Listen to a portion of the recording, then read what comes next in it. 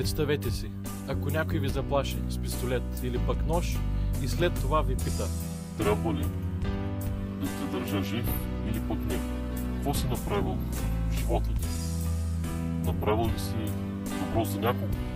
Помогнал ли си на някого? Построил ли си нещо в града ти, в който живееш? Направил ли си поне един човек в твоя живот щастлив?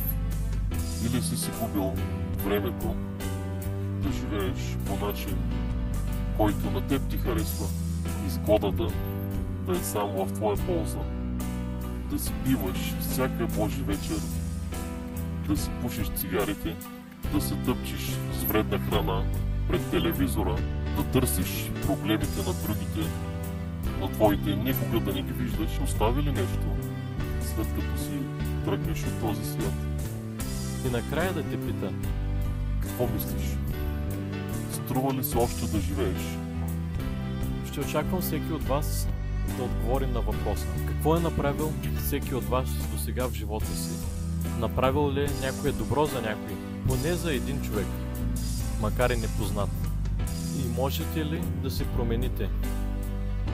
Всичко зависи от вас.